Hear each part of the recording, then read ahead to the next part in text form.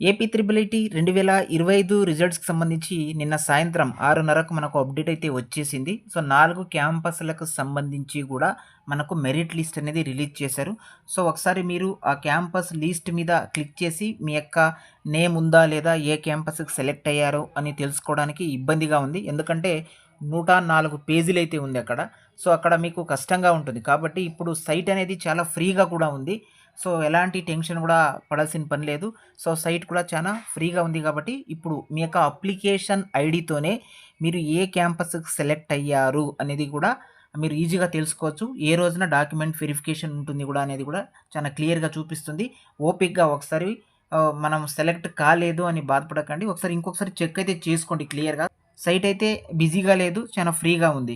So, video డిస్క్రిప్షన్‌లో కూడా direct link అయితే ఇస్తాను. అక్కడి నుంచి క్లిక్ చేసి మీ యొక్క రిజల్ట్ అయితే చెక్ చేసుకోండి. వీడియో డిస్క్రిప్షన్‌లో ఇచ్చినటువంటి లింక్ మీద క్లిక్ చేస్తే డైరెక్ట్‌గా మీరు ఈ పేజ్‌లకైతే వచ్చేస్తారు.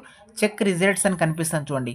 అప్లికేషన్ ఐడీ మీరు అప్లై చేసేటప్పుడు ఏదైతే మీకు ఒక అప్లికేషన్ ఐడీ వచ్చిందో పూర్తిగా మీరు ఇక్కడ ఎంటర్ చేయండి. ఆర్‌జేయుతో పాటు మీ యొక్క అప్లికేషన్ నంబర్‌ని ఇక్కడ ఎంటర్ చేసి క్యాప్చా కనిపిస్తుంది చూడండి. ఈ క్యాప్చాను ఈ బాక్స్‌లో ఎంటర్ చేసి చెక్ అనే ఆప్షన్ మీద క్లిక్ చేయండి. చెక్ అనే ఆప్షన్ మీద క్లిక్ చేసుకున్న వెంటనే అప్లికేషన్ నంబర్ చూపిస్తుంది. నేమ్ కొట్లో Lakshmi Narasimha Reddy. So, selected campus Nuzvid. Date of counselling 30/6/2025 అనమాట.